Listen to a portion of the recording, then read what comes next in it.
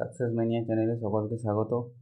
তো আজকে যে প্র্যাকটিস সেট শুরু করছি, এই প্র্যাকটিস সেটটি হলো যে রেলওয়ে যে আরআরবি জেই যে পরীক্ষা হয়েছিল, সেই জেইর যে সমস্ত প্রিভিয়াস ইয়ারের জিকে এবং যে সায়েন্সের কোশ্চেন, সেটা নিয়ে আজ থেকে আলোচনা করব এবং সমস্ত শিফট করিয়ে দেবো এবং একটি প্লেলিস্ট বানিয়ে দিচ্ছি। ওই ভিডিওতে যে ওই ইউটিউব চ্যানেলে যাবে এবং প্লেলিস্ট সেকশানে যাবে, ওখানেতে যেয়ে দেখবে আরআরবি জেই প্রিভিয়াস ইয়ার কোশ্চেন বলে একটা প্লেলিস্ট বানিয়ে দেবো। সমস্ত কোশ্চেনই কিন্তু বাংলাতে তোমরা পেয়ে যাবে। তো চলো শুরু করে দেওয়া যায়। এখানে দেখতে পাচ্ছ 19/2/2026 পরীক্ষা হয়েছে 9টা থেকে 10:30 আরআরবি জেই ডিএমএস সিএমএ, অর্থাৎ 9টা থেকে 10:30 মানে প্রথম শিফটের এক্সাম 19 তারিখে যে হয়েছিল, সেই এক্সামের কোশ্চেন আজকে করব। তো চলো শুরু করে দেওয়া যাক। সমস্ত কোশ্চেন কিন্তু বাংলাতে হবে এবং তোমরা যে সমস্ত কোশ্চেনগুলো জানা থাকবে সেগুলো তোমরা খাতায় লিখে নেবে, তাহলে তোমাদের পরবর্তী রিভিশন দিতে কিন্তু অনেকটাই সুবিধা হবে। তো দেখো এখানে প্রথম প্রশ্ন কী দিয়েছে। প্রথম প্রশ্ন দিয়েছে যে 0.15 কেজি ভরের একটি ক্রিকেট বলকে একটি বিল্ডিংয়ের শীর্ষ থেকে 30 মিটার পার সেকেন্ড গতিতে অনুভূমিকভাবে নিক্ষেপ করা হলো। হাত থেকে ছোড়ার মুহূর্তে বলটির গতি শক্তি কত হবে? এটা কী সূত্র দিয়ে করা যাবে? Half M V square. Half M V square কীভাবে করবে? এখানে বসিয়ে দাও হাফ ইন্টু, এখানে এম এর মান কত দিয়েছে? 0.15 কেজি। তো কী হবে এখানেতে? 0.15 লিখলে 0.15 এবং পয়েন্ট তোলার জন্য এখানেতে নিচে 100 ইন্টু 30 মিটার পার সেকেন্ড মানে ভি স্কোয়ার, 30 ইন্টু 30। কাটাকুটি করার পরে কিন্তু এখানে দুটো শূন্য এবং এখানে শূন্য কাটার পরে কিন্তু 15 ইন্টু 9 হবে, সমান হচ্ছে 135/2। সঠিক উত্তর কিন্তু চলে আসবে এখানেতে অপশন 4, অর্থাৎ 67.5 জুল। এটি হলো সঠিক উত্তর। এরপর আসি 2 নম্বর প্রশ্নতে।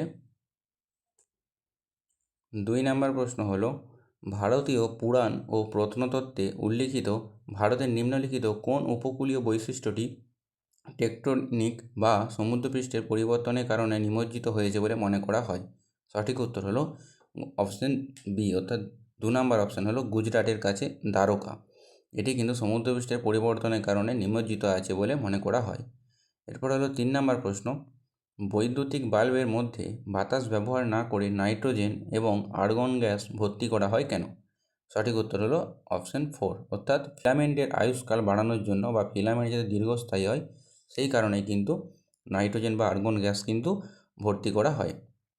এরপর আসি 5 নম্বর প্রশ্নতে। 5 নম্বর প্রশ্ন হলো, সোডিয়াম হাইড্রোক্সাইডের অ্যানায়ন হিসাবে কি উপস্থিত থাকে? সঠিক উত্তর হলো অপশন 2, অর্থাৎ OH-। পরবর্তী 11 নম্বর প্রশ্ন হলো, যদি একটি উত্তল দর্পণ তার ফোকাস একটি বিন্দু আকারের প্রতিবিম্ব তৈরি করে তবে বস্তুটি কোথায় অবস্থিত হবে? সঠিক উত্তর হলো 3 নম্বর অপশন, অর্থাৎ অসীমে অবস্থিত হবে। যদি একটি উত্তল দর্পণ তার ফোকাস একটি বিন্দু আকারের প্রতিবিম্ব তৈরি করে, তাহলে বস্তুটি কোথায় থাকবে? অসীমে থাকবে। পরবর্তী প্রশ্ন হলো 16 নম্বর প্রশ্ন, একটি বৃত্তাকার লুপের কেন্দ্রে চৌম্বক ক্ষেত্রের তীব্রতা কেমনভাবে পরিবর্তিত হবে যদি লুপের মধ্য দিয়ে প্রবাহিত তড়িৎ প্রবাহ দ্বিগুণ করা হয়? সঠিক উত্তর হবে হলো এটিও কিন্তু দ্বিগুণ হবে, অর্থাৎ 4 নম্বর অপশানটি হলো সঠিক উত্তর। এরপর আসি পরবর্তী যে জিকে এবং যে সায়েন্সের কোশ্চেন, সেগুলো এখানে করিয়ে দেবো। ম্যাথ এবং রিজনিং অন্য প্র্যাকটিস সেট বা অন্য প্লে লিস্টে করিয়ে দেবো।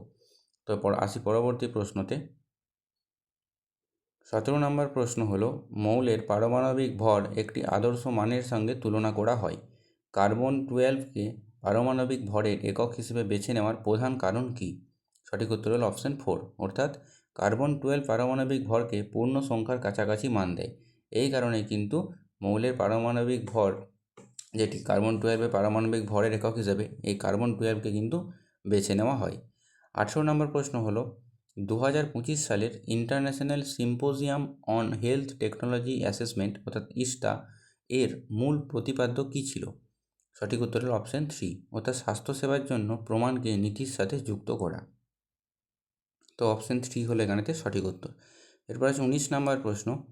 19 নম্বর প্রশ্ন হলো, মহাত্মা গান্ধীর অস্পৃশ্যতা বিষয়ক দৃষ্টিভঙ্গি ভারতীয় জাতীয় কংগ্রেসের অধিকারগুলিকে কীভাবে প্রভাবিত করেছিল? সঠিক উত্তর হলো অপশান 1, অর্থাৎ অস্পৃশ্যতা দূরীকরণকে আন্দোলনের অন্যতম কেন্দ্রীয় লক্ষ্যে পরিণত করা। এইটি কিন্তু ছিল মহাত্মা গান্ধীর অস্পৃশ্যতা বিষয়ক যে দৃষ্টিভঙ্গি, যেটি ভারতীয় কংগ্রেসের অধিকারগুলিকে প্রভাবিত করেছিল। এরপর হচ্ছে 20 নম্বর প্রশ্ন, একটি সিল করা ফ্লাস্কের ভেতর দুটি জলীয় দ্রবণের বিক্রিয়ায় নতুন পদার্থ উৎপন্ন হলে সিস্টেমটির মোট ভরের কী পরিবর্তন ঘটে? সঠিক উত্তর হলো অপশান 2, অর্থাৎ এটি সম্পূর্ণ প্রক্রিয়ায় যে থাকে সেটি কিন্তু অপরিবর্তিত থাকে, মানে সম্পূর্ণ প্রক্রিয়াতেই কিন্তু অপরিবর্তিত থাকে একটি সিল করা ফ্লাস্কের ভিতরে দুটি জলীয় দ্রবণের বিক্রিয়াতে যে নতুন পদার্থ উৎপন্ন হয় সেটি। তখন সিস্টেমে যে নতুন মোট ভরটা থাকে সেই ভর কিন্তু নতুন পদার্থ উৎপন্ন হলেও একই থাকে বা অপরিবর্তিত থাকে। এরপর আসি পরবর্তী হলো 23 নম্বর প্রশ্ন, রাইবোজোমগুলি অমসৃণ এন্ডোপ্লাজমিক রেটিকুলামের পৃষ্ঠে সংযুক্ত থাকে। অমসৃণ এন্ডোপ্লাজমিক রেটিকুলামটির প্রাথমিক কাজ কী? সঠিক উত্তর হলো অপশান 2, অর্থাৎ প্রোটিন সংশ্লেষণ এবং পরিবহন। এটি হলো কিন্তু অমসৃণ এন্ডোপ্লাজমিক রেটিকুলামগুলির প্রাথমিক কাজ। পরবর্তী 25 নম্বর প্রশ্ন হলো, কোষে লিপিড তৈরির জন্য কোন কোষ অঙ্গাণু দায়ী? সঠিক উত্তর হলো মসৃণ এন্ডোপ্লাজমিক রেটিকুলাম। এটি কিন্তু সঠিক উত্তর হবে, যেটি কোষে লিপিড তৈরির জন্য যে কোষ অঙ্গাণু দায়ী সেটি হলো মসৃণ এন্ডোপ্লাজমিক রেটিকুলাম। 26 নম্বর প্রশ্ন হলো, কোন বিবৃতিটি একটি মৌলের পারমাণবিক সংখ্যাকে ঠিকভাবে বর্ণনা করে? সঠিক উত্তর হলো অপশান 3, অর্থাৎ নিউক্লিয়াসে যে উপস্থিত প্রোটন সংখ্যা সেই প্রোটন সংখ্যা কিন্তু মৌলের পারমাণবিক সংখ্যাকে সঠিকভাবে বর্ণনা করে। 30 নম্বর প্রশ্ন হলো, নিচের কোন ধাতুটি তড়িৎ বিশোধন পদ্ধতি দ্বারা পরিশোধিত হয় না? সঠিক উত্তর হলো অপশান 4, অর্থাৎ সোডিয়াম ধাতু কিন্তু তড়িৎ বিশোধন পদ্ধতি দ্বারা পরিশোধিত হয় না। পরবর্তী 37 নম্বর প্রশ্ন হলো, রাগ, তান, পল্লবী শব্দগুলো ভারতীয় সঙ্গীতের কোন ধারার সাথে সম্পর্কিত?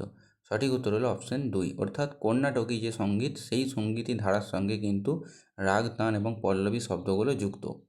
পরবর্তী 38 নম্বর প্রশ্ন হলো, উত্তরাখণ্ডের কোন দুটি জেলা উত্তর পশ্চিমে হিমাচল প্রদেশের সাথে আন্তঃরাজ্য সীমানা ভাগ করে নেয়? সঠিক উত্তর হলো উত্তরকাশী এবং দেরাদুন। এই দুটি জেলা কিন্তু উত্তর পশ্চিমে হিমাচল প্রদেশের সাথে আন্তঃরাজ্য সীমানা ভাগ করে নেয়। পরবর্তী 41 নম্বর প্রশ্ন হলো, যখন একজন ব্যক্তি একটি দেওয়ালে ধাক্কা দেয় কিন্তু দেওয়ালটি নড়ে না, তখন লোকটি দেওয়ালের ওপর কী পরিমাণ কার্য করে? সঠিক উত্তর হলো অপশান 4, দেওয়ালের কোনো সরণ না হওয়ার ফলে কার্য শূন্য হয়। যদি দেওয়ালটিকে ধাক্কা দেওয়ার ফলে দেওয়ালটি সামনের দিকে এগিয়ে যেত তখন কিন্তু সেটি ধনাত্মক কার্য বা ধনাত্মক হিসাবে কিন্তু বিবেচনা করা হতো, এবং যদি দেওয়ালটি তাকে প্রতিরোধ করে বিপরীত দিকে, মানে যে ব্যক্তিটি ধাক্কা দিচ্ছে তার দিকে যদি সরিয়ে আসতো তাহলে কিন্তু সেটি ঋণাত্মক হতো। মানে ধরো এটা যদি একটা দেওয়াল হয়, এই দেওয়ালে যদি কোনো ব্যক্তি এই দিকে বল প্রয়োগ করে এবং দেওয়ালটি যদি এই দিকে বেঁকে যায় বা এই দিকে যদি সরান হয়, মানে ভূমি থেকে যদি এই দিকে সরান হয় এখানে চলে আসে, তখন কিন্তু হবে ওই বস্তুটির ক্ষেত্রে কিন্তু যদি চলে আসে দেওয়ালটি, সেক্ষেত্রে কিন্তু হবে ধনাত্মক সরণ। কিন্তু বল প্রয়োগের পরে যদি এই দেওয়ালটি যদি এখানে সরে চলে আসে, সেক্ষেত্রে কিন্তু বল প্রয়োগ হচ্ছে এই দিকে কিন্তু সরণ ঘটেছে বস্তুটির এই দিকে, তার বিপরীত দিকে, সেক্ষেত্রে কিন্তু হবে ঋণাত্মক সরণ। এটি হলো সঠিক উত্তর। এরপর আসি পরবর্তী প্রশ্নতে। পরবর্তী 44 নম্বর প্রশ্ন, কোন বছরে ব্রিটিশ শাসিত ভারতে প্রথম জাতীয় জনগণনা শুরু হয়েছিল? সেটি হলো 1871 সালে। এবং তোমরা এটা বলবে কোন ভাইস বা কোন লর্ডের আমলে এটি চালু হয়েছিল বা কার আমলে চালু হয়েছিল। সেটি সঠিক উত্তর হবে কিন্তু লর্ড মেয়ো। 45 নম্বর প্রশ্ন হলো, 1978 সালে 44তম সংশোধনী আইনটি লোকসভা এবং রাজ্য আইনসভার আদর্শ মেয়াদ নির্ধারণ করেছে, যা হলো কত বছর? সেটি হলো 5 বছরের জন্য কিন্তু যে 1978 সালে 44তম সংশোধনী আইনের মাধ্যমে লোকসভা ও আইনসভার কার্যকালের মেয়াদ 5 বছর নির্ধারণ করা হয়েছে। পরবর্তী প্রশ্ন 47 নম্বর প্রশ্ন, কয়লা প্রধানত কী থেকে গঠিত হয়? সঠিক উত্তর হলো অপশান 1, অর্থাৎ লক্ষ লক্ষ বছর ধরে চাপা পড়া মৃত উদ্ভিদের স্তর থেকে কিন্তু কয়লা উৎপন্ন হয়। 49 নম্বর প্রশ্ন হলো, পর্যাপ্ত অক্সিজেনের উপস্থিতিতে মিথেনের অর্থাৎ CH4 এর সম্পূর্ণ দহন হলে কোন বিক্রিয়াজাত পদার্থগুলি তৈরি হয়? সঠিক উত্তর হলো অপশান 1, অর্থাৎ কার্বন ডাইঅক্সাইড ও জল, এই দুটি কিন্তু উৎপন্ন হয়। 53 নম্বর প্রশ্ন হলো, সোনোরা 64 বা সোনোরা 64 এবং লেরমা রোজো ভারতের সবুজ বিপ্লবের সময় প্রবর্তিত কোন ফসলের উচ্চ ফলনশীল একটি প্রজাতি? সঠিক উত্তর হলো গম। এই গম কিন্তু ভারতের সবুজ বিপ্লবে প্রবর্তিত যে ফসল সেটির একটি প্রজাতি হলো এই দুটি, সোনোরা 64 এবং লেরমা রোজো। পরবর্তী প্রশ্ন 55 নম্বর প্রশ্ন, মাটির উর্বরতা বৃদ্ধির জন্য অতিরিক্ত রাসায়নিক সার ব্যবহারের চেয়ে কম্পোস্ট বা ভার্মি কম্পোস্ট ব্যবহার করা কেন অধিকতর শ্রেয়? কারণ হলো অপশন 4, অর্থাৎ একটি জৈবিক বর্জ্যকে পুনর্ব্যবহার করে এবং পরিবেশের ক্ষতি এড়ায়। এই কারণেই কিন্তু রাসায়নিক সার ব্যবহারের চেয়ে কম্পোস্ট বা ভার্মি কম্পোস্ট ব্যবহার করা অধিকতর শ্রেয়। 58 নম্বর প্রশ্ন হলো, উদ্ভিদে অভিকর্ষের বিপরীতে জলের ঊর্ধ্বমুখী পরিবহনে মূলত কোন গঠনগত বৈশিষ্ট্যটি সাহায্য করে? সঠিক উত্তর হলো অপশন 1, অর্থাৎ লিগনিনযুক্ত জাইলেম বাহিকা বা নিরবিচ্ছিন্ন স্তম্ভ গঠন করে। এর মাধ্যমে কিন্তু অভিকর্ষের বিপরীতে জলের ঊর্ধ্বমুখী পরিবহন সম্পন্ন হয়।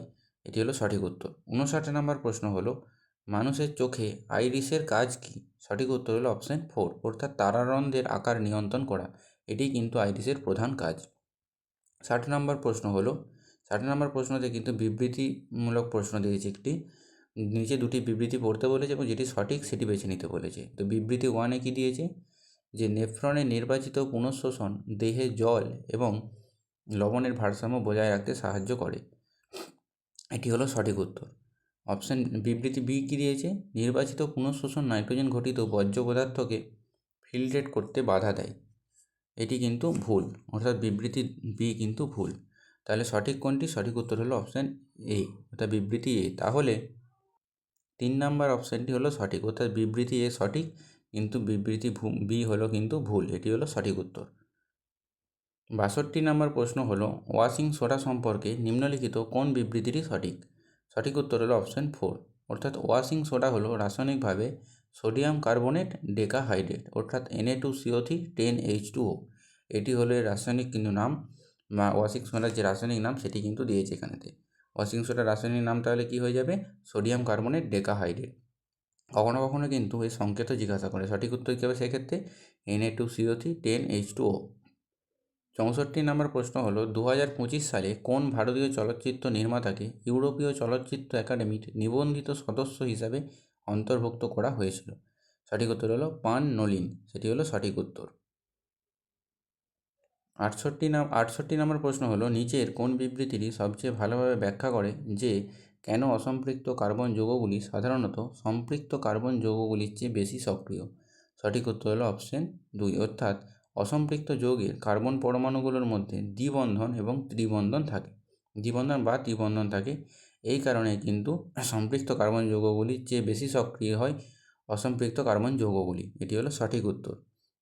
69 নম্বর প্রশ্ন হলো, বন্দুক থেকে গুলি ছোড়া হলে গুলিটি সামনের দিকে এগিয়ে যাওয়ার সাথে সাথে বন্দুকটি পিছনের দিকে পিছিয়ে যায়। এটি কিভাবে নিউটনের তৃতীয় গতিসূত্রকে প্রমাণ করে? সঠিক উত্তর হলো অপশন 3। এই প্রশ্নটা কিন্তু অনেক পরীক্ষাতে এসেছে, এনটিপিসি, আরআরবি, গ্রুপ ডি সমস্ত এক্সামে কিন্তু এই প্রশ্নটা এসেছে। আমরা ছোটো থেকে পড়েও আসছি যে নিউটনের তৃতীয় গতিসূত্র অনুযায়ী হয়। অপশন 3 কি? বন্দুকটি গুলিকে সামনের দিকে ঠেলে দেয় এবং গুলিটি সমান ও বিপরীত বল দিয়ে বন্দুকটিকে পিছনের দিকে ঠেলে দেয়। এটির মাধ্যমে কিন্তু নিউটনের তৃতীয় গতিসূত্রটি প্রমাণিত হয়। 70 নম্বর প্রশ্ন কি দিয়েছে, সিস্টোলিক চাপ পরিমাপ করা হয় হৃৎপিণ্ড কী হলে? সঠিক উত্তর হবে সংকুচিত হলে কিন্তু সিস্টোলিক চাপ পরিমাপ করা হয়। 71 নম্বর প্রশ্ন হলো, 2025 সালে মে মাসে রাষ্ট্রপতি দ্রৌপদী মুর্মু কাকে ইউনিয়ন পাবলিক কমিশনের বা নতুন চেয়ারম্যান হিসেবে নিযুক্ত করেছেন? সঠিক উত্তর হলো ডাক্তার অজয় কুমার। এটি হলো সঠিক উত্তর। 73 নম্বর প্রশ্ন হলো, নিচের কোন দৈনন্দিন উদাহরণটি একটি সমজাতীয় মিশ্রণের উপস্থাপন করে? সঠিক উত্তর হলো জলে সম্পূর্ণ দ্রবীভূত লবণ। এটি একটি সমজাতীয় মিশ্রণের যে উদাহরণ সেটি কিন্তু সম্পন্ন করে। 76 নম্বর প্রশ্ন হলো, জৈব ভঙ্গুর পদার্থের সংজ্ঞা সম্পর্কে কোন বিবৃতিটি সঠিক? সঠিক উত্তর হলো অপশন 3, অর্থাৎ যে সকল পদার্থ জৈবিক প্রক্রিয়ার মাধ্যমে ভেঙে যায় তাকে কিন্তু জৈব ভঙ্গুর পদার্থ বলা হয়। 77 নম্বর প্রশ্ন কি? 77 নম্বর প্রশ্ন দিয়েছে, কোনো পদার্থের পরম প্রতিসরাঙ্ক 1.7 হলে শূন্যস্থানের তুলনায় ওই পদার্থের আলোর গতি সম্পর্কে এটি কী নির্দেশ করে? সঠিক উত্তর হলো অপশন 3, অর্থাৎ শূন্যস্থানের চেয়ে ওই পদার্থে আলো 1.7 গুণ ধীর গতিতে চলে। এই কারণে কিন্তু শূন্যস্থানের তুলনায় যে পদার্থের প্রতিসরাঙ্ক 1.7 সেই পদার্থের গতি সম্পর্কে এটি সঠিক নির্দেশ করে যে শূন্যস্থানের চেয়ে ওই পদার্থে আলো 1.7 গুণ ধীর গতিতে চলে। এটি কিন্তু প্রতিসরাঙ্ক 1.7 এর মান বোঝায়। 78 নম্বর প্রশ্ন হলো, কোন প্রজাতির মৌমাছি সাধারণত ভারতীয় মৌমাছি নামে পরিচিত এবং বাণিজ্যিক মধু উৎপাদনে ব্যবহৃত হয়? সঠিক উত্তর হলো অপশান 4, অর্থাৎ এপিস সেরেনা ইন্ডিকা, এটি হলো সঠিক উত্তর।